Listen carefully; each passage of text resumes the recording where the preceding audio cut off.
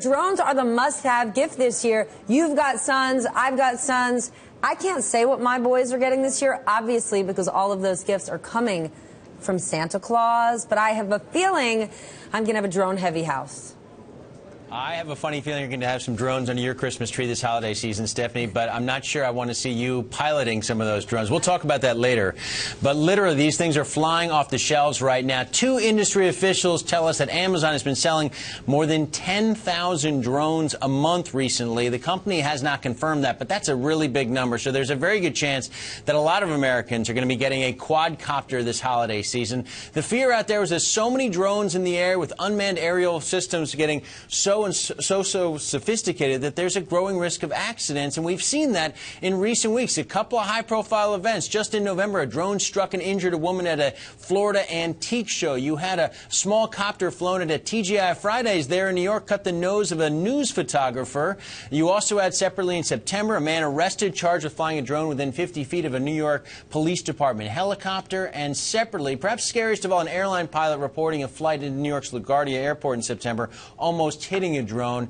Amazon trying to do its part among those retailers to encourage safety. There's a website that their website shares a link to a safety guide for how to fly responsibly. And the FAA does have rules for hobbyists, even though a lot of people don't know about them.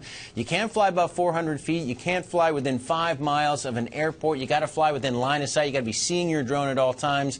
And next hour, Stephanie, even the FAA in this holiday season taking part in a conference call with industry officials to remind people what those rules are, because they see how many people out there might have a new drone after the holidays. They want them to fly safely. The reality is a lot of those rules are being ignored. Peter, do you actually think Congress could legislate on this? I mean, is it going to affect my boys in the new year? I would think Congress has bigger things to worry about.